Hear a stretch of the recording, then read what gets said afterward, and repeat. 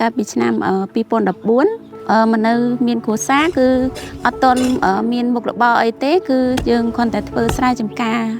ហើយនឹងចំជ្រូកចំមាន់ដើម្បីចិញ្ចឹមជីវភាពគ្រួសារយើងទេ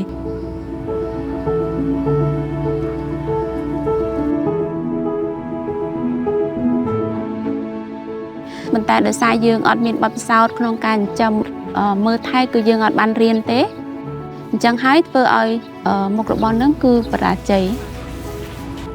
ហើយបន្តមកទៀតក៏ថ្ងៃទី1ខែ6ឆ្នាំ2016ខ្ញុំបានស្គាល់គម្រោងហ្នឹងហើយខ្ញុំក៏ចូលនឹងសំនៅក្នុងគម្រោងហ្នឹងរហូតបានរោងខ្ញុំឲ្យបានប៉ុណ្ណេះក៏ដោយសារបានចូលជាសមាជិកក្រុមនឹងឯងចាតាមរយៈអាជីវកម្មនេះខ្ញុំអាចរកចំណូលបានផ្គត់ផ្គង់ជីវភាពគ្រួសារដូចជាមានលទ្ធភាពឲ្យកូនខ្ញុំរៀន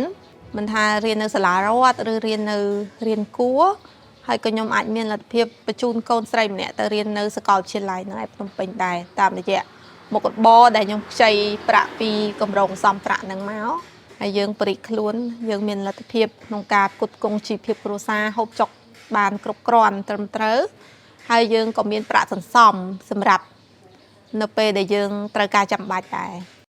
ប៉ុន្តែបើសម្រាប់ខ្ញុំគឺវាគួរសមហើយគឺរយៈពេលជិត10ឆ្នាំហើយដែលកើតរោងនេះហើយមានតែបានប៉ុណ្ណេះបើធៀបកាលពីមុនគឺវាអាចបានថា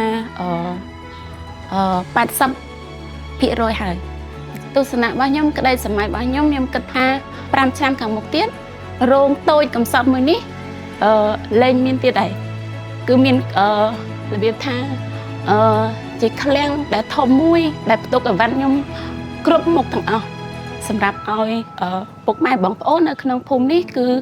គាត់មកគឺមិនឲ្យគាត់ខប់អំណោយទៀត